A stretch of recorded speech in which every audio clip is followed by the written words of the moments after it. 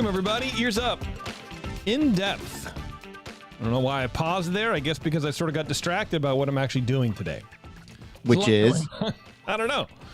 What show is this? I have no idea. I'm here to talk in the microphone, and it's going to be either about Disney news or, I have no idea. It could be about anything. You never know anymore.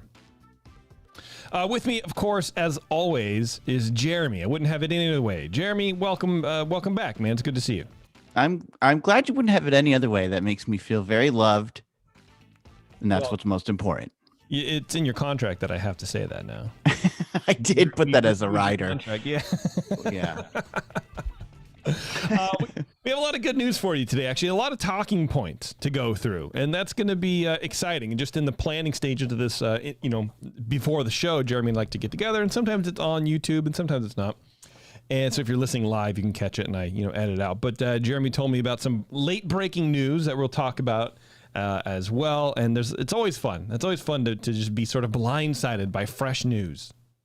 It was a big news day. Big news week, really. There was a lot of official Disney announcements, which I don't even think we're going to cover them all. And then there was some other stuff that's, a little more underground, I suppose, that we're going to talk about. So yeah. A lot of things happening. I had to edit it down. It's weeks where I'm trying to find something to talk about. This week I was like, what do I want to talk about? Because, it was a horn of plenty, a cornucopia of news items. Cornucopia, dude. Don't corn my copia. Hey, you know what? Here, actually, I forgot to get this ready. Hold on a second. Yes. Hello? Is this someone at the door? Hi, Alice. Would you like to come in and say hi to Jeremy while I'm working? Okay. I love when we have unexpected visitors. It's Jeremy. Let's say hi. Hi, Alice. Here, hold on. Why not? Let's just, Hi. How are you? I'm good.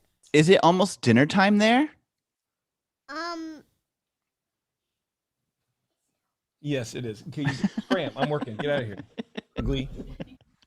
I don't know. I love to ask what people are eating for dinner. So you kind of gave me a cliffhanger there because I wanted to go a little more in depth with Alice about what the dinner plans are tonight. Yeah, but I have to leave all of this in the YouTube, so I don't really want to. Oh, you have to leave it in the YouTube. Yeah. And I imagine everyone watching YouTube is going who cares? Do you get a lot of views, or are we getting our audience from audio? I didn't think that the YouTube was more than just this. I mean, you want to go inside baseball? I mean, we're doing okay. I mean, we do fine enough, but it never hurts. It never hurts. Okay, good to know. So you'll scratch that out of the pod, but it will live on YouTube is how it works. I don't know. Maybe now, maybe not. Maybe this conversation's too interesting, Jeremy. Anyways, if you want to support the show, you guys, there's a bunch of ways to do it. You can go to patreon.com/EarzUp, which is the best way to do it. You sign up for $5 a month. You get the secret show. You get other little odds and ends of shows that we like to put together every now and then. I say we, I mean me. You can go to etsy.com/shop/coveears. You can buy a bunch of shirts and all this kind of fun stuff that we have. We have a lot of cool shirt designs. If you don't want to do any of that, but you just want to go, hey, I got a couple extra bucks. Let's support the show, one time or whatever. You can go to our support us page on our website, which is EarzUp-podcast.com. And there's a section down there to tip the show. We have a Buy Me a Coffee account or Cash App, which is like Venmo, but cooler, I guess, somehow. I don't really know. Anyway, a few people have asked about different ways to support us that aren't signing up for a whole thing like a Patreon or, look, I don't want any clothes. I just want to, support the show, keep the shows on the air.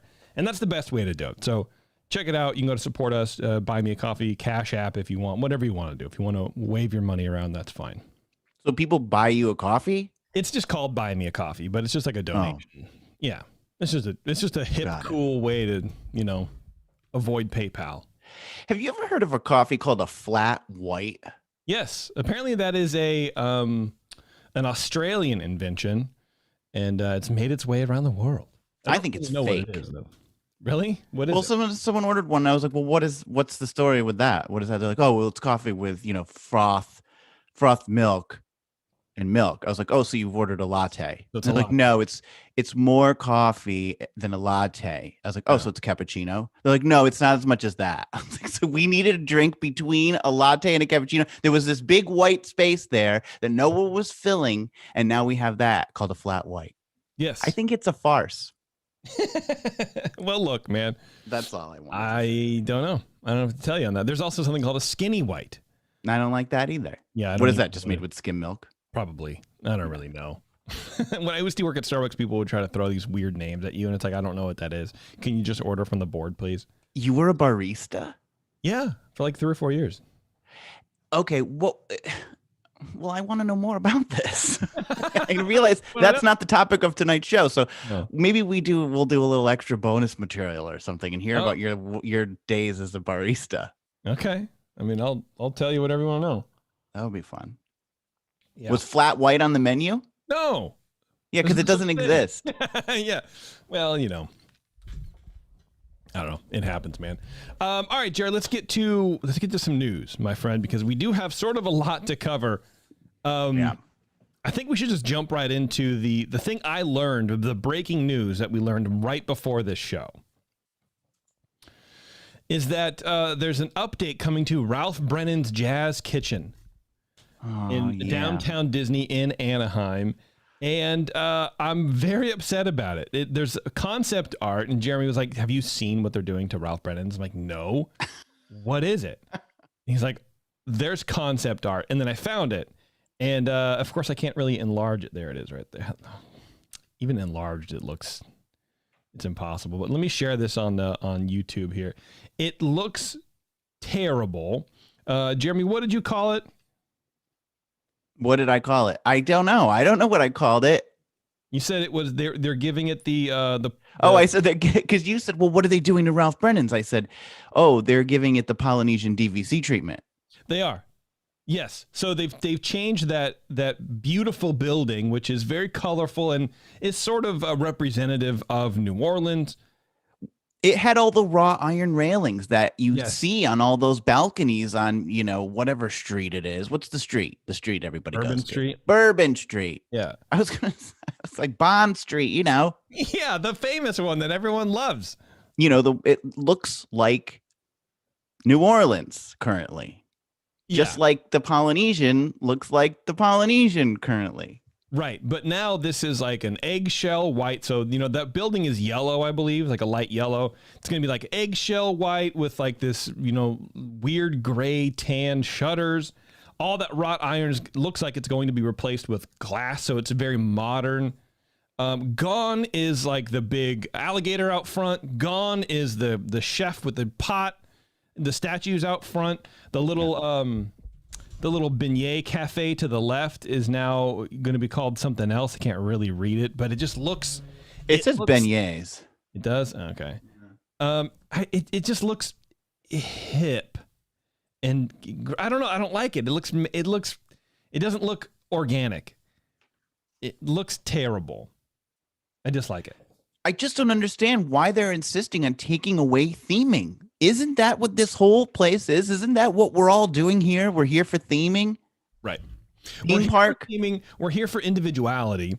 Also, we want to be transported to a place. That's why we come here. That's why we go to Disneyland. And I understand it's downtown Disney, but every place should be a little bit different. Give us something cool to look at. Otherwise, it's a strip mall. Same thing with the new Polynesian village thing. It's a strip mall now. That's all this is going to be. All of these places are going to be looking the same.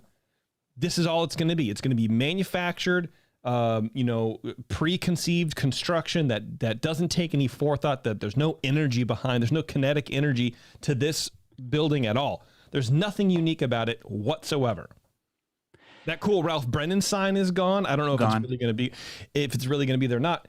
I guess I don't really understand how they work because it's a chain. It's not just in downtown Disney. So you want it to sort of carry theming over from, location to location. Like McDonald's sort of look different, but at their core, they're the same. Yeah. This is going to be wildly different. I don't like it. I'm sort of mad about it because it looks like a hotel. Also, with like the planters outside that are sort of dividing the eating spaces, and it just looks Lame. It's interesting that looks you say lame. it looks like a hotel. Twitter is reacting, and one of the tweets that I saw was, I don't know why y'all are mad about this. It looks like a perfectly good hojo right in the middle of downtown Disney. It So really it does does. too, man. It has a very generic look to it. And here's the thing, this company keeps crying.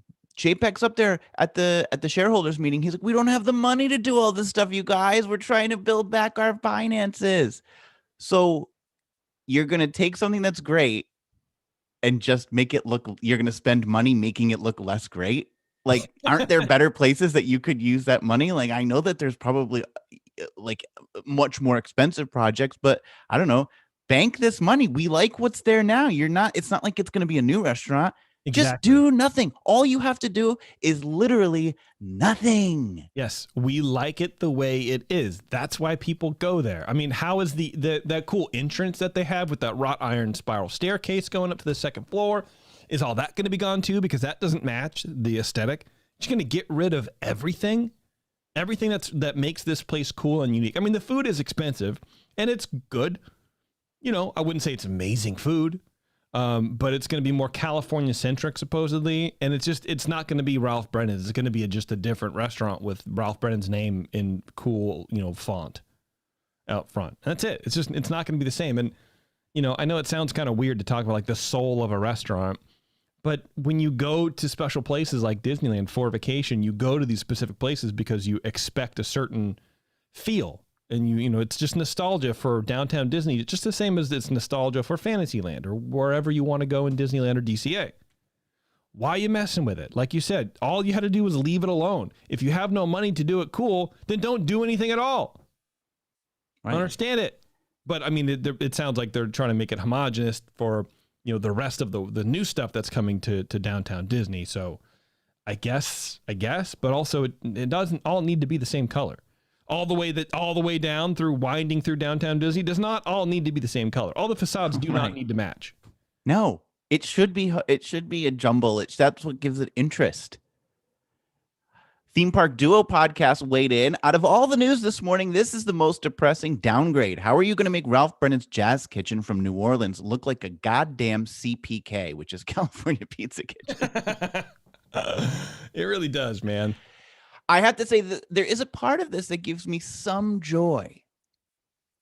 Why? And that is that for the last since 2019, I have been over here on the East Coast alone, railing against the homogenization and boringization of Disney World and Epcot. Okay. And all you West Coasters laughed and laughed, thinking you were untouchable and you had your Disneyland. Well, now Disney's magic wand of blandness is starting to come to you. And now you know what the pain I have been feeling for the last 3 years is when they take away all your wonderful things and they make them boring. So have fun, Disneyland. It's your turn. Oh, man. Sucker. Bev's at Disneyland right now. Well, she better soak it up. Take as many Terrence pictures of are Ralph Brennan's as she can because it's going away. That's what I want to messenger. But she sent me a text today. She says, currently, Mr. Toad, Pirates, which you already know about, Space, Mountain, Big Thunder, and Matterhorn are all closed. And then she says, Indiana Jones just closed down right now. So she's at the park, and that's 1, 2, 3, 4, 5, 6 main rides closed. And she goes, it's not that busy, but with those many rides closed, it feels packed in the parks. Yeah. That's a lot. I mean, for, like I said, Pirates, we already know it's refurbished, but that's a lot to break down. Sure. Indy always goes down. It comes back up relatively soon, but it feels, that's a lot. Yeah. That's a ton, man. That is a little frustrating. Well, she can go get a beignet. That's right. All right, what do you got, Jeremy? Let's start with you. It's the Disney hotel where Yeehaw Bob sings, and lately there have been arrests and criminal stings. Okay. Speaking, of course, of Disney's Port Orleans Resort Riverside, where I actually went there last weekend to hear Yeehaw Bob and have a Dirty Marty, and I enjoyed myself immensely. They've been the site of some nefarious characters lately. I suppose allegedly nefarious. I should add in there. Allegedly is an important word. 17-year-old DeJuan Marty Smith was arrested at the resort last month, according to an Orange County Sheriff's Office incident report. The teen from South Carolina was taken into custody without incident, but is wanted back in South Carolina, where he is awaiting trial for the alleged shooting and killing of 2 teenagers in the parking lot outside of the Sangaree Public Library there on March 2nd. Good Lord. I can't believe this guy is just taking vacations. I mean, I guess, even alleged murderers need a break. They got I don't know. Got to recharge. Yeah. Marty Smith has been charged with 2 counts of murder and 2 counts of possessing a deadly weapon during I wrote violent crime, but it's actually a violent crime. He was arrested by the U.S. Marshal Service and transported back to Berkeley County Jail in South Carolina, where, according to Berkeley County Chief Jeremy Baker, Marty Smith will be tried as an adult for those crimes and could face up to life imprisonment. Smith was apparently on vacation when he was caught in his Port Orleans resort hotel room. Authorities didn't know if he had visited any of the Disney theme parks or any other Orlando area attractions. A spokesperson for the Berkeley County Sheriff's Office declined to say how authorities ended up tracking him down in Orlando, other than to say that the U.S. Marshals were involved. They also did not provide any details on who Smith was with or how he booked a room, because he's a minor, technically. But I suppose if you are able to shoot and kill people, you probably can fake an ID. Yeah, probably. Although if I was going to fake an ID, the first place I would go would probably not be Disney World, unless I was going to the Abracadabra. But that's not the only trouble that's been brewing over at Port Orleans. No, sir. 2 individuals were arrested for theft at Port Orleans following a sting set up by Disney and the Orange County Sheriff's Department after several complaints of items going missing from rooms at the hotel. They set up the operation in room 8097, where $200 in cash, an AirPods, and other personal items were left in a backpack in view of hidden cameras set up to catch the sticky-fingered culprits. Oh, my God. I love it. I love it so much. I love it, too. I love a sting. I love a hidden camera. I love all of it. Hide me a camera. Hide me a camera. Give me the feed. Yes, absolutely. The wait for the thieves was but brief. 2 Disney cast members, Raf Marie Cartagena Torres and Aishalim Abraham Rodriguez, entered the room with instructions to clean it. Torres was already suspected of theft, but they didn't know that Rodriguez was in on this. According to the Orange County Sheriff's report, upon entry, Torres is immediately seen looking into the front pocket of the backpack and removing the cash from its interior. She's observed counting the money while engaging in conversation with Rodriguez. She is then observed rummaging through the rest of the bags in the room, but did not take any of the other valuables. So all the Apple equipment was left left in its place. You got to move all that. Cash is king, baby. Cash is king, and also she's smart in the sense that greed is what kills them all. You got to know when to hold them, and you've got to know when to fold them. That's right. You know when to walk away and when to empty the garbage cans before you run. And not only that, they didn't take all of the cash. Oh, even smarter. Yes. I know. Onesie, twosie crimes. Because, think about it. You're cleaning the thing. It's easy to think, I thought I had $400 in cash, but I guess I have 2. Where did that come from? Versus, hey, my laptop is gone and I know it was here. Yeah. Right. Yeah. So they're smart. Or it's like, maybe I put those 20s in my pants pocket. You never know. So of the 2 fallen out, they must have fallen out at the park. Man, that makes me mad. Right. Yeah. So, and they're smart criminals because they know they've got a lot of rooms to clean. You skim a little off the top of all of them, and at the end of the day, you get a big payday. That's right. But they weren't counting on the Orange County Sheriff's Department. Even of the $200, each cast member was found with only $65 each. So they left like about $70 in there, but the serial numbers matched that of the money deliberately left in the bag. So we know whose money that was. Yeah. The incident report did not indicate how many previous thefts these individuals were suspected of having been involved in, but clearly it was enough to raise eyebrows at Disney that they would need to get a sting going. Mm-hmm. So lock up your cash in rooms when you're staying at Disney. Lock your rooms because you could also have a murderer nearby. So thieves, murderers, I don't know what else is going to be there. I've never been one to use the safe in my room.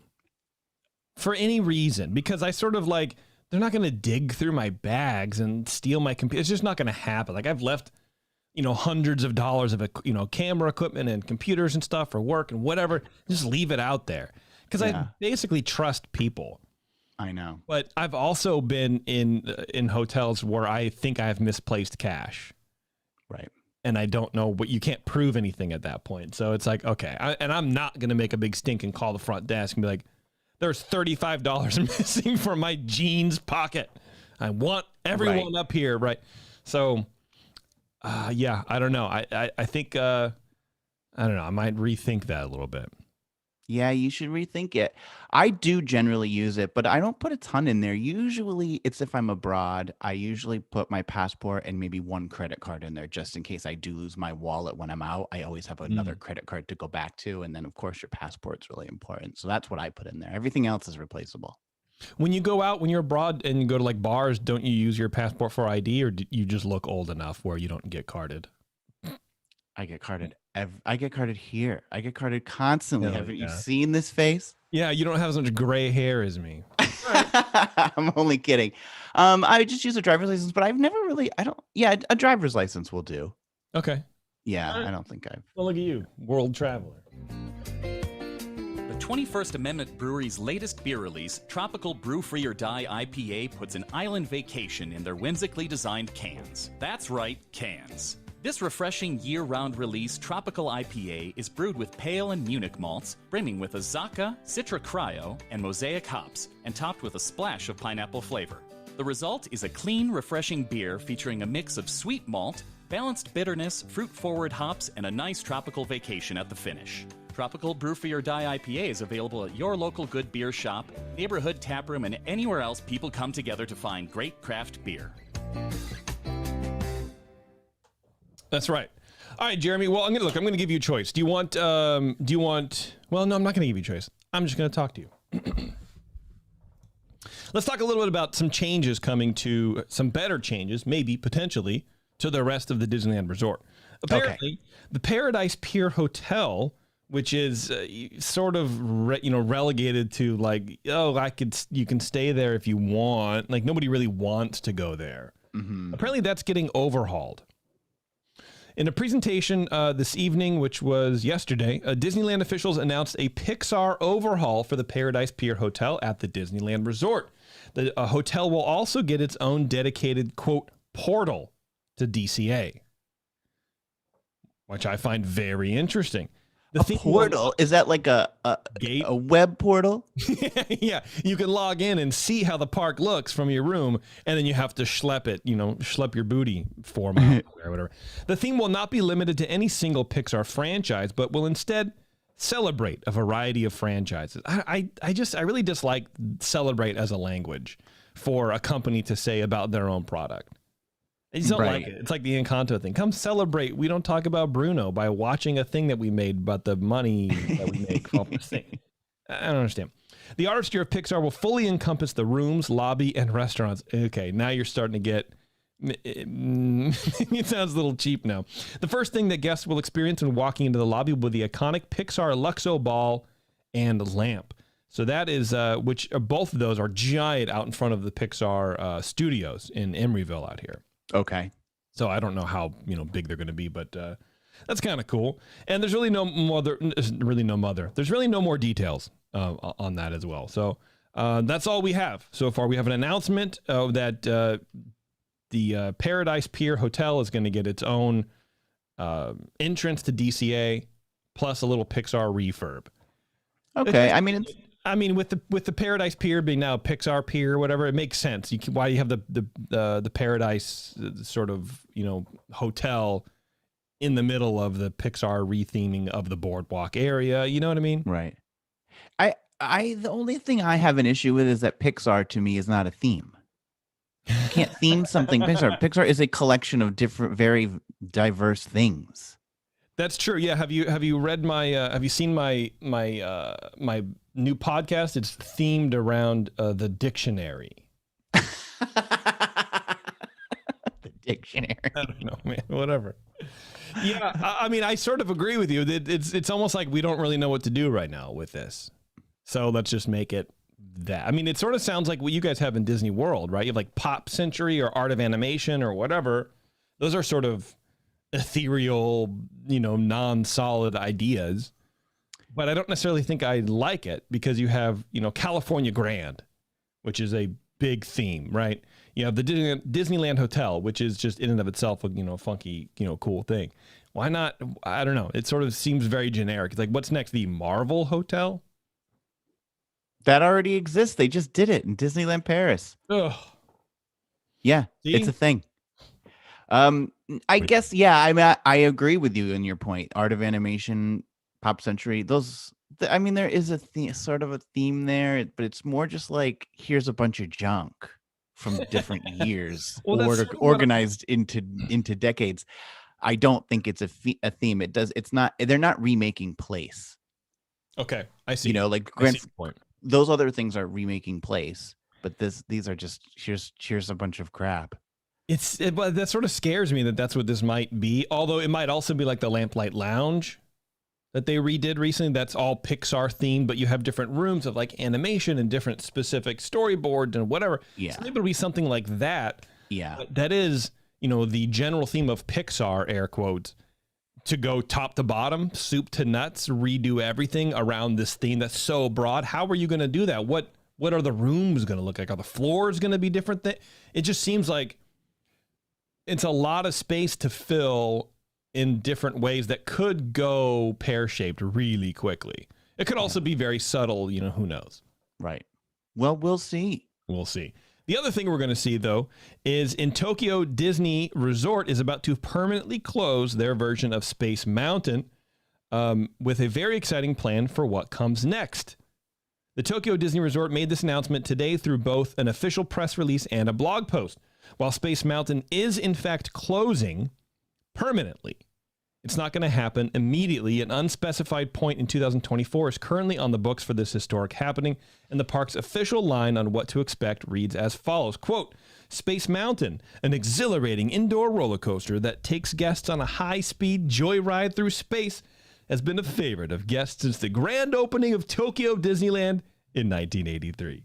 This entirely new attraction will maintain its original concept as an indoor roller coaster, but will have enhanced performance and immersive special effects that will give guests even more thrills on this exciting rocket ride. So they are taking apart Space Mountain and completely redoing it. They're awesome. That's the best thing I've ever heard. The concept art looks fantastic. By the way, no show building. Like there's no big gray box next to it. It's all looks fantastic. So that I'm really excited for. And also, they're redoing an old ride and they're not crowbarring IP into it. They're just going to redo it and make it better. They're like, it's old. We're going to plus it. We're going to make it look neat from the outside. We're going to make it a more exciting track. They're giving that's the change that we want. That's the evolution that we deserve over here. But if you want that from a Disney park, you have to go to a park that's not owned by Disney. Yeah, I mean, look, I sort of agree with you, but at the same time, this is like Don't be another ridiculous. You totally agree with me, and you think everything I say is fantastic. That's true. This is sort of like the Ralph Brennan thing. Like, do people want this? Do people want the Space Mountain to be pulled apart? Do people want a refresh of a classic ride? It's sort of like that. They enjoy the old part of it. I mean, that's part of the fun. It's part of the neat adventure of it. It's like it's sort of cheesy. It's sort of cool. But but I'm only thinking about at the lens through of Disneyland, where everything is sort of has a historical thing, and you can't help but think about rides within the context of history and where they are in the timeline of that specific park. I think everything else is sort of like, yeah, we can just change it. Doesn't really matter. You being more world traveled as far as parks go, is that vibe sort of resonate? I'm not sure. I don't necessarily know what you're getting at. I mean, I like your point. I don't know what you're talking about. It's a complete gibberish to me. But what I think is, don't worry about it. People are often saying, you just don't like change. Oh, you just don't like change. And right. I am not opposed to change as long as I think that change is thematically correct, and change that's interesting. And I agree with you that there's a nostalgia to the original Space Mountain, and there's definitely a point, or there's arguments to be made on that side. However, I'm so tired of the only change Space Mountain gets is Hyperspace Mountain or some stupid Star Wars thing. Everything we get is just IP. They take the same thing and put a cheap IP overlay over it. Tokyo Disneyland's like, we're not doing that. We're actually going to give you a new thrill after all these many years.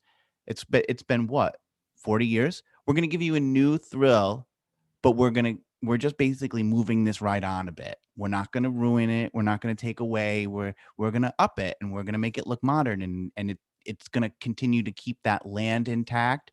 And we're not going to put a big gray show building next to it like we did with Tron, which is like my little nephew goes, why does it look like offices? I don't know. Your little nephew spends too much time with you. So I agree. I hear you that they are still changing it, but I think it's at least change in the right direction. Okay. Well, that's fair. I'm just trying to be positive, Jason, because I'm not often positive, and I'm happy. I agree, and I wonder if maybe you should have a lie down and sort of recompose yourself. The last quick little hit I wanted to do is, we've talked about the Disney themed community Cotino, which will be built in Rancho Mirage down in Southern California near Coachella, in the Coachella Valley. Well, apparently it's over there, huh? It's over there, yeah.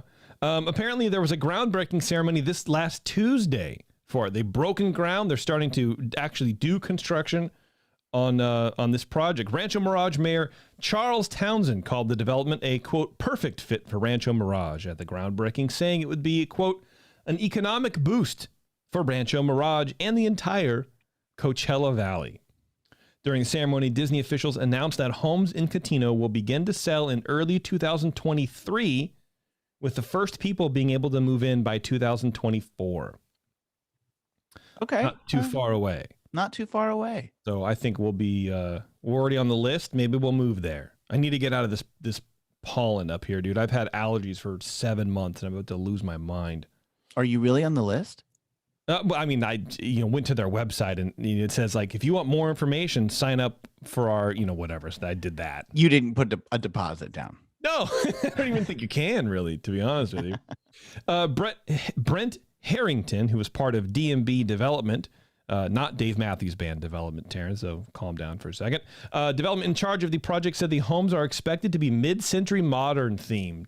I mean, I'm shocked. It's my aesthetic. I love it so much, with a, quote, forward-looking feeling. If it looks anything like Ralph Brennan, I'm out. There's no way. I think it's going to look exactly like that. That's what the concept art is. That's also the only thing Disney's able to create. Every building they announce looks like that. Right. It's like they bought stock in different shades of brown paint. Harrington also said that street names will be color themed. So you hang a right on green and hang a left on taupe, and you can get to me on Rose Avenue. I think that's neat. It's cool. Yeah. I was just being facetious. No other details were released about what the community will look like. Neither was a completion date for all the amenities in Cotino. Thomas Mazelum, the president of Disney Signature Experiences, said that they are still figuring out what the resort will look like exactly. Quote, all of these incredible amenities that we're going to build, from dining to live entertainment to retail to a hotel, will be accessible to everyone in the Coachella Valley and here in Rancho Mirage. There has been some blowback from community members with concern about a community of this size and kind coming to Rancho Mirage. A few of these concerns include the lagoon's water usage, the traffic, and the state of affordable housing for all potential employees this will bring to the desert. So, because they're having like a 24-acre lagoon. So in case you guys don't know, California has been in the middle of a drought for like 20 years. This is what I never understood about like theme parks and places that have giant water features. We are struggling for water. Right now, parts of LA are being forced to ration their own water and reduce their amount of water because it's dire. It's bad out here.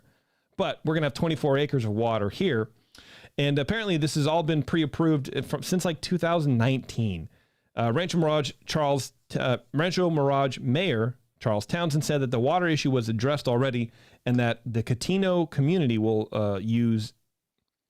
Hold on. I'm trying to read too far ahead. So future Jason, cut this out. Rancho Mirage Mayor Charles Townsend said that the water issue was addressed already and that what the Catino community will use doesn't even amount to the amount of water a golf course uses. It, quote, listen to this quote. It sounds like the most like Southern California quote ever. It's so recyclable. There's like 3 different programs that would go into recycling the water for everything. Who said that? The mayor. That's the mayor. Of Rancho Mirage. I mean, even if you take like the Valley Girl out of it, it's so recyclable. There's like 3 different programs that would go into recycling the water for everything. It still sounds kind of like, get off TikTok, Mayor Townsend. Mayor Townsend. It's so recyclable. It's so recyclable. So are they saying that water is going to be gray water from the city? Well, here, this is another quote. It says, there's a plan that dates back to 2019 and says community water usage will be no more than 80% of the maximum water allowance guidelines imposed by the Coachella Valley Water District. I don't actually really know that. I mean, it sounds like it. It's 3 different water recycling programs. So, out here in front of our house, we have a little lagoon, a little lake or whatever. And it's a lot of overflow. Like it collects the water from the gutters, from the street. Sure. Drains into there. It gets cleaned through a pump, and then when it gets too full, it gets pumped out into the Delta system out here. Right. Kind of flushes out there. Okay. Maybe it's going to be something like that, but I mean, maybe it is also gray water, and you're not really going to be able to like swim in it. Yeah. I don't know. We'll see. But couple 2-3 updates here, Jer. Okay, that's exciting. How many stories do you have? You got one more left? I have one more story. All right, let's take a quick break. Okay. We'll come back, we'll do your story, we'll do my story, and then we'll get out of here. Okay, sounds good. All right. Hang on, everybody. It's Ears Up In Depth. We'll be right back. All right, we'll just come back, because what are we going to do, right? In Depth, reporting Disney news that's probably not made up. All right, Jeremy, what do you got for us? It was a house of plastic made by Monsanto, and now you can try it at the Anaheim Hojo. Perfect. Howard Johnson in Anaheim has announced an homage to a long-lost Tomorrowland attraction. The Hojo Anaheim is now offering guests the ability to stay in their brand new renovated House of the Retro Future, inspired by the Monsanto House of the Future that sat in Disneyland's Tomorrowland from 1957 to 1967. You know about this, right? The House of Tomorrow? Yes, sir. The Monsanto House of the Future was in partnership with the Massachusetts Institute of Technology, Monsanto, and WED, and was meant to demonstrate the versatility and benefits of plastics as a high-quality material that will never go away and Even will become microplastics and will fill your gut. Yes, that's right. It was a futuristic-looking experimental model home constructed entirely of plastics that also boasted cutting-edge technologies like a microwave oven. Whoa, slow down. Hold on. But back then, that's pretty, Yeah. Well, actually, we had Dave from Daveland Web on last year, I think, or maybe it was earlier this year, and he took us through a photo history, basically, from his website. I remember. About the House of the Future, or whatever it's called. I don't remember. Yeah. I mean, even my family, we didn't get a microwave until like 1992, so it was cutting edge. Yeah. The home, with its gently sloping walls, vinyl flooring, and floor-to-ceiling windows, eventually welcomed over 20 million guests over its 10-year life at Disneyland. Well, now, Jason, guests today can get a taste of what it was like to visit the home of the future.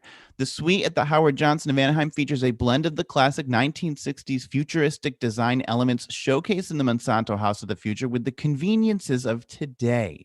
Wow. With custom period furnishings, original artwork, and authentic vintage pieces, you'll be transported to another time. The multi-paneled window panes not only reflect the similar windows that were in the original Monsanto House of the Future, but as they face the Disneyland Resort from across the street, those windows will frame views of Disneyland's own retro futuristic monorail as it whisks guests to downtown Disney. So how cool is that?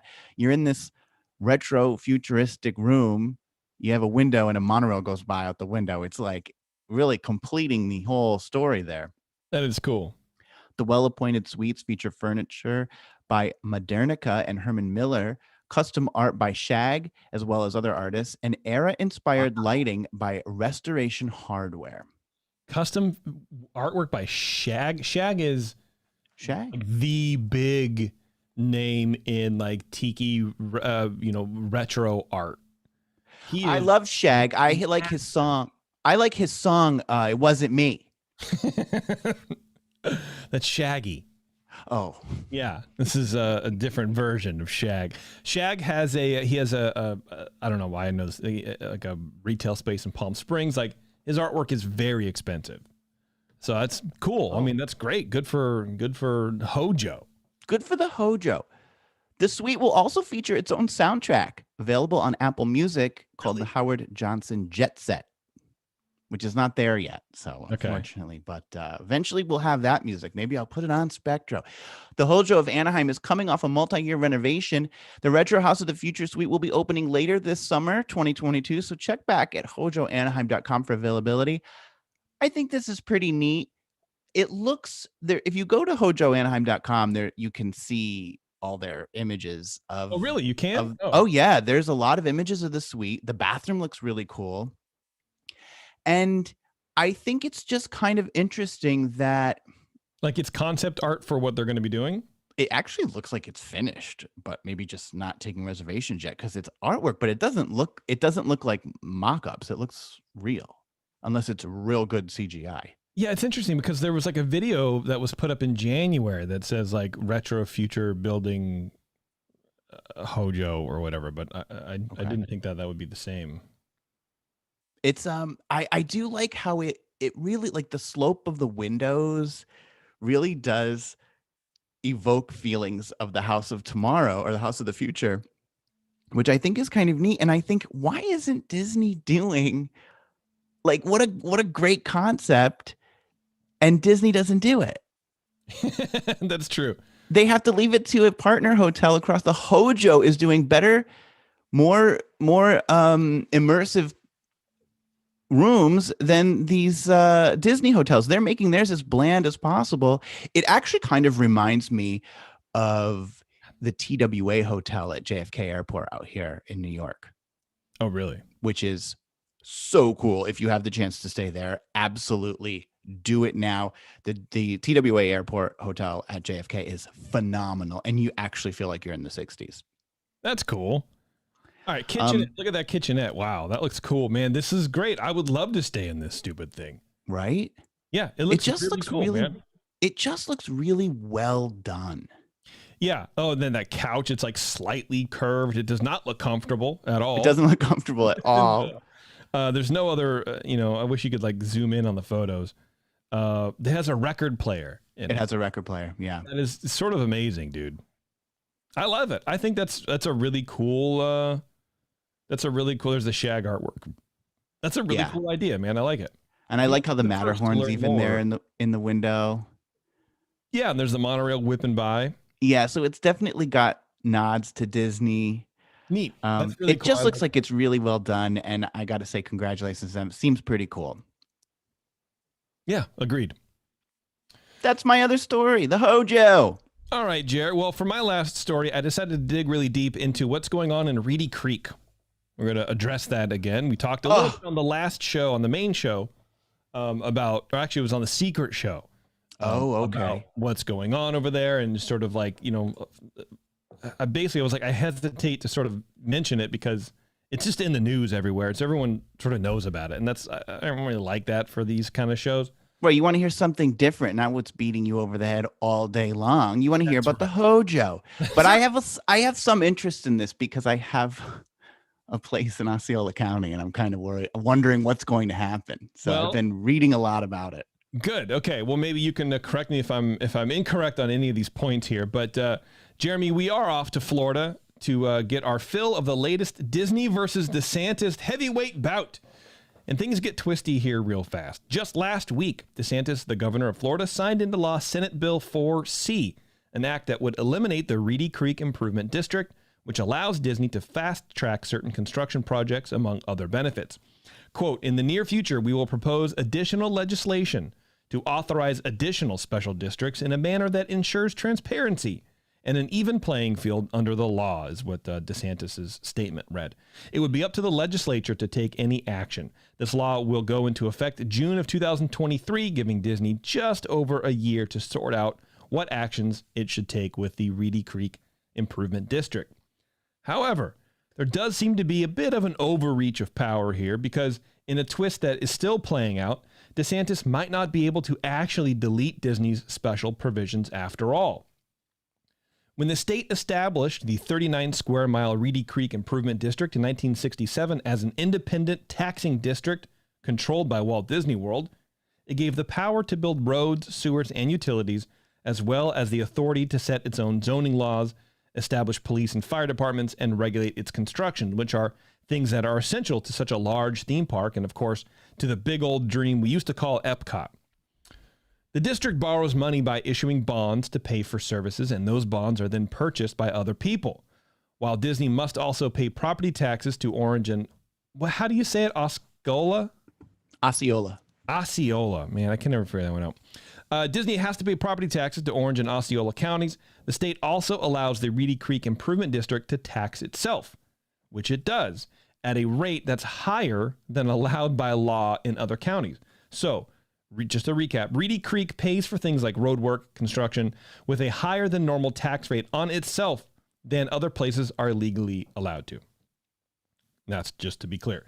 Overall, Disney has been pretty silent on the Reedy Creek matter, but on April 21st, which was about 7 days ago, the day after this law was signed, Reedy Creek issued a statement on the Municipal Securities Rulemaking Board, which I'm sure everyone has bookmarked, and it outlines exactly what is wrong with DeSantis' course of action. Apparently, there is a provision within Florida state law that says that Reedy Creek cannot be abolished unless the district's bond debt is paid off. Reedy Creek Improvement District sent a note to its investors, which are the people who bought the bonds, right, to show that it was confident the legislature's attempt to dissolve Reedy Creek violated the pledge that the state made when it enacted the district in 1967, and therefore was not legal. And here was that pledge, that statement that Reedy Creek released. It says, quote, the state of Florida pledges to the state of Florida pledges to the holders of any bonds issued under this act that it will not limit or alter the rights of the district to own, acquire, construct, reconstruct, improve, maintain, operate, or furnish the projects, or to levy and collect the taxes, assessments, rentals, rates, fees, tolls, fares, and other charges provided for herein, until all such bonds, together with interest thereon, and all costs and expenses in connection with any action or proceeding by or on behalf of such holders, are fully met and discharged. So basically, you can't do anything until all the debt's gone. Here's the announcement by Reedy Creek. It says, in light of the state of Florida's pledge to the district bondholders, Reedy Creek expects to explore its options while continuing its present operations, including levying and collecting its ad valorem taxes and collecting its utility revenues, paying debt service on its ad valorem tax bonds and utility revenue bonds, complying with its bond covenants, and operating and maintaining its properties. Now, the bill that dissolves Reedy Creek doesn't specifically mention what should happen with all of the outstanding bond debt, but another Florida law states that by default, a county would assume the debt of any district that has been dissolved, along with all of its assets.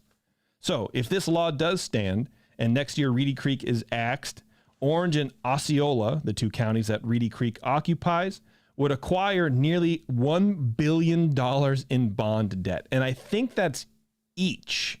I'm not entirely sure. Because I've read different reports that there's $2 billion worth of debt tied up. I've also read there's $1 billion. So same, yeah. When you're arguing over billions of dollars, who can really, whatever. But so let's just call it $1 billion. And they're gonna acquire that debt without all of the tax revenue that Reedy Creek would provide, because again, Reedy Creek taxes themselves at 3 times the normal rate. So something's going to have to give here, Jeremy. Now, proponents of this bill, quote, had some misconception that Disney is getting some special property tax break for Reedy Creek, said Scott Randolph, who's the Orange County tax collector. Quote, it's not. Now, from his estimate, residents of Orange County could see a $163 million a year property tax increase if Reedy Creek is eliminated. Quote, all of that debt and obligation goes over to Orange County the minute that Reedy Creek is dissolved, he said. He's also said that paying that off could mean a property tax increase of 20 to 25% on homeowners. That is massive. That's a lot. I think there's so much going on here, and I'm not a legal scholar. Wait, hold on. You said Sorry. you were in law school. I wish we had Shar on, to be honest with you. Yeah, I mean, I thought about it. He's a patent guy, but Yeah, but he's got to be at least be more versed than the two of us bozos trying to decode all this. The only thing is that this Orange County tax collector has been pretty outspoken. He what I've seen in an argument made against that is they're making it seem like we would have to pay that off in a year. Like they're like, oh, it's going to go up, but those bonds go out to the year 2039. So what they were saying is, it's $2,000 a household, but $2,000 a household over 17 years is $9 a month. So it's not it's actually not what the increase that we would all, they're like, your taxes are going to go up $2,000. It's like, they're not going to go up $2,000. Well, they're going to go up $9 over the course of 20 years. I think that it's a $163 million a year property tax increase. So it's going up 20 to 25% a year until all that's paid off. So I think you're right where there's a deadline for the bond to be paid, but you guys are going to be paying on it for 10, 15 years at 20 to 25% increase. But I don't think that comes to $2,000 a year is what I'm saying. Okay. That's over the life of it. So okay. Anyhow. Okay. But I could be wrong because all of this is so, there's so many contradicting views, and every time one person says one thing, this is another reason why I was really interested. I would like to know what Shar says, because I've also seen that original bill might not be legal. It just has never been challenged. So a legislature can pass whatever they want to, and it will hold until it's challenged. Right. In a court.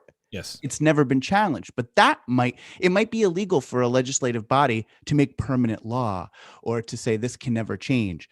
And as I understood it, a new legislature can come in, and whatever they pass supersedes whatever was passed before it, because that's the current rule. Right.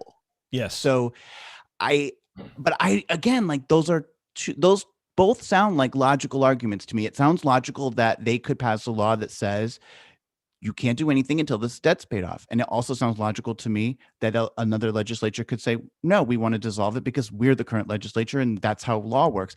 But I don't know. And I actually think it would have to go, this is 50 years of so much, everything's so crazily entangled, and there's what we do pay for and what we don't pay for and what taxes Disney does pay and all the fees that they avoid because they don't have to go to get a zoning approval and all that. There's estimates that they save $21 million a year just on building fees, so that normal companies are paying to Orange and Osceola County. So I just think it's going to take a lot of really smart people and courts to untangle 50 years of this. It's like a divorce, who paid for what, when, and how, and do the people of Osceola and Orange County want to start providing road work for Disney World? I think that what will happen is they will keep Reedy Creek, and they'll probably just take away a few of the benefits, but they'll still, because Orange County doesn't want to have to go and inspect Cinderella Castle. Or maybe they do. We get to that a little bit because there's sorry. No, that's okay. Went on. There's a couple little things about what could possibly happen. Orange County Mayor Jerry Demings told reporters Thursday that, quote, if we had to take over the first response, the public safety components for Reedy Creek, with no new revenue, that would be catastrophic for our budget here within Orange County. End quote. So that even is aside from all of the debt. If they have to support the fire department and the police department and all that kind of stuff, you can't do it without any more new income. So even above and beyond paying off the debt by increasing property taxes, something else has to come in to generate that debt. Right. The other trick is there is a constitutional amendment passed in Florida that they can't raise taxes on businesses more than, I think, 10% in any given year. So they're actually limited. If they do start taxing Disney, they're limited in how much they can increase it. So they will run into, it'll have to go to Either residents. Way. Yeah, right. Demings noted that in the district, Demings noticed that wow, I'm too fast. I'm going too fast. Demings noted that the district reimburses the sheriff's office for any services rendered, including for the 2 municipalities controlled by Disney that were created at the same time as Reedy Creek, which are Bay Lake and Lake Buena Vista. In the current fiscal year, Bay Lake is paying nearly $11 million to the sheriff's office, and Lake Buena Vista is poised to pay nearly $3 million. Quote, if that district goes away and they no longer pay for those public safety costs and then it has to fall to the county's other budgets, that's a net sum loss for the rest of the taxpayers of Orange County when we already have significant pressure on our county budget to provide for the public safety, Demings says. Okay, sure, you might be saying, but the county would gain the assets of Reedy Creek, right? Which is true. But remember that Disney is allowed to tax itself at a higher rate than otherwise legally allowed in the state, which is currently 3 times the usual limit, meaning Orange County would have to collect 3 times less taxes than Disney was paying on the buildings otherwise owned by Reedy Creek, while still maintaining the recently acquired infrastructure, which would be a strain on any government. This generally does seem like a publicity stunt in my mind, just first blush, perhaps for the rumored DeSantis presidential run in the next election. And see, I hear those ghosts looming in the hallway of the internet from time to time. The bill was passed 72 hours after being drafted, and the bill summary was about a paragraph long for lawmakers to vote on it. Clearly not much thought was put into it or put into the impact it would have on the residents of Orlando. Quote, some people are trying to say somehow that they would get a tax break out of not having their special district, DeSantis said Monday at a news conference. Trust me, under no circumstances will Disney not pay its fair share of taxes. At this point, we'll have to trust him because he offered no further details on exactly how he planned to do this. Another issue is how to actually divide up the debt. Reedy Creek, again, spans 2 counties, and if the utilities and infrastructure are split evenly between the 2 counties, well, that would be relatively simple. But considering Reedy Creek has a sewage, power, roads, buildings, and more spread out in uneven amounts, being fair to each county is going to take some work. Like you said, Jeremy, it's going to take courts. It's like a divorce. Who gets what? What debt am I saddled with? What county is the power plant in? Is that fair to these residents that they have to pay more? It's a lot. Yeah, and I think a larger percentage of Walt Disney World sits in Orange versus Osceola. So I think but then also it does go, I don't know. But if you look at it on a map, it looks like it way more is in Orange than Osceola. So what options does the state have for untangling this mess? This is Jason Schumer, who's a Florida tax attorney and who wrote a great article in Bloomberg Tax, which apparently is a sub-arm of Bloomberg, that I took a lot of this information from. He says, quote, they could try to argue that this pledge was invalid, that they could not contract it away. I don't think that would work, but states usually aren't in the business of arguing that their own premises are bad. That's a pretty good statement. I sort of want to get him on. That's funny. But yeah, it's like, well, our laws are incorrect. With this one specific thing, don't look anywhere else. With this one specific time, our law is bad. The state could also pass a different law which acknowledges Disney's rights to the bonds and then take the assets using its eminent domain powers and then pay off the bondholders using those assets, he said. But that poses another problem for the state.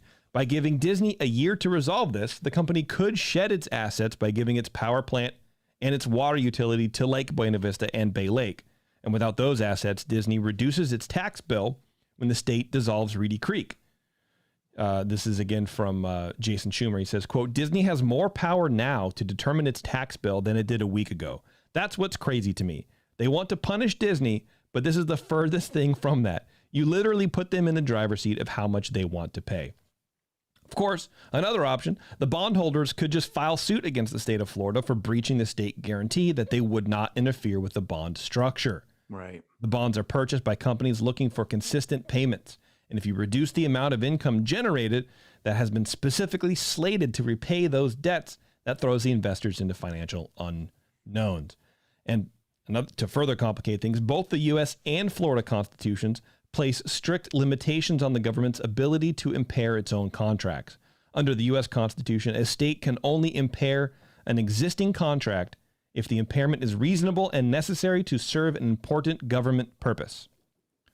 As early as 1866, the U.S. Supreme Court held that once a local government issues a bond based on an authorized taxing power, the state is contract bound and cannot eliminate the taxing power supporting the bond, which in this case would be Reedy Creek. Ah, okay. Well, that's interesting. The Supreme Court is offering precedent. Yeah. The Florida Constitution provides even greater protection from impairment of contract. Oh, geez. With this, it's like you write a bill within 72 hours, pass it, you get the pat on the back from everybody that supports it, and then now people are like, actually, you might want to sit down for a second. It does seem we have a bad history in our country of passing things without knowing what's in them. We tend to do that a lot, it seems, and I'm not very comfortable with it. No, and sometimes it bites you in the ass, and sometimes, you go to sleep a little bit earlier that day. With this law, the state of Florida has eliminated the government entity that backs the various bonds while violating its own explicit promise not to do so. It's hard to imagine a way that the state could successfully argue that this did not violate its own contractual obligations. Blah, blah, blah. So anyway, actually, here's another important part. Florida could theoretically get rid of some of these contractual issues by writing a giant check to prepay or redeem the bonds. But that's prevented by at least one of the outstanding bonds, 2018's utility revenue bond, which strictly prohibits redemption until October of 2029. So it looks like that no matter what, if Reedy Creek goes and DeSantis gets exactly what he wants, taxpayers are going to be on the hook for a portion of this at some point. And that's best case, I think. Yeah. It could get a lot messier than that. I don't know. I'm not worried about it for some reason, because I think that, I was worried in the beginning because I was like, what's going on here? But there's been so many, like you just read a lot of really interesting points about how the legalities of all this, and obviously a lot of elements of this are probably going to end up in court. And I think so too. I think it's heading to court. I mean, Disney has been, like I said, relatively quiet, except for that statement that Reedy Creek gave the morning after it was passed. So they already knew. Yeah. They were ready for it. And that's it. They haven't said anything, which I think is the way to go. And seeing what else, what the lawyers can cook up. But they have a year to figure it out. And I don't know. My gut tells me it's going to court. It's going to be challenging. Oh, yes, of course it will go to court. And because also they have to have replacement bills now. So now is when, the rubber will hit the road over the next year, and they're going to have to pass all the things because I think it's going to stay. I think it's just going to stay with some tweaks, and then both sides can walk away saying we got what we wanted out of this. Exactly. You can do the posturing, and you can get the win in the media, and, exactly. Both sides it's a draw. We were able to make Disney pay. The annoying thing is I live about 30 paces from the county line of Polk County, which is not involved in this at all. So if I had moved about 30 steps further away from where I am, I wouldn't have to worry about any of this whatsoever at all. But because I'm just inside the border, it's my problem. I love it. Sort of, but not really. I'm not worried about it at all. Yeah, I mean, there's no reason to be. It's so new and so fresh, and there's so many other steps to even make this happen that, there's no point. There's no point. All right, Jared, that's all I got, man. What about you? Wow, that was good. I'm excited about Hojo. After all that, I'm excited about the Hojo too, and to be quite frank, they should do the whole floor like that. I want to know how many of those suites there are going to be. There should be more than one. It can't be like the dream suite in the castle. We got to have many. Yeah, exactly. Well, also, how much is it going to be? I don't know. Because honestly, that couch does not look comfortable. Nothing in that place looks comfortable, but it looks fun to be in. Like it does look very, very cool. Good on the Hojo folks. Good on the Hojo folks. That together. Put that on a t-shirt. Maybe we should try to talk to them. That'd be fun. Like the room designer or something like that. Hey, reach out. Yeah. Reach out and touch someone. There you go. Yeah, I don't know. I think it's cool. I'll tell you, I for the last year or two, I have had no desire to go back to Disneyland. Like it just doesn't. I'm just not. I don't know why. I usually I'm constantly thinking about when I can get out there, and now I don't have that annual pass anymore. I'm not a magic key holder, and I actually just don't care. Like I want to come to California, but this is making me want to go there. Yeah, I feel the same. Like, honestly, I don't know if it's just the pandemic or what, but it's like I sort of don't really care. I think more of what it is there's so many people now. All of my friends who go, everyone who I know goes. It's like it's bizarrely packed. It is massively packed, and I don't like Disneyland when it's packed. I don't want to do it. I'd rather not go. Yeah, I'd rather not go. I'd rather go. Oh, okay, okay, whatever. Yeah. What are you gonna do? All right, everybody, we're going to get out of here. That's what we're going to do. Thank you very much for supporting the show, for listening to the show. And if you are a Patreon supporter, tomorrow night at 8 o'clock is our walkabout, where I run through a bunch of Disney-related videos and then sort of end with a bunch of weird nonsense videos that aren't Disney-related at all. But we sit and we talk about them, and we hang out and we have a good time. So come check that over on Patreon. And for everybody else, until next time, we'll see you in the parks.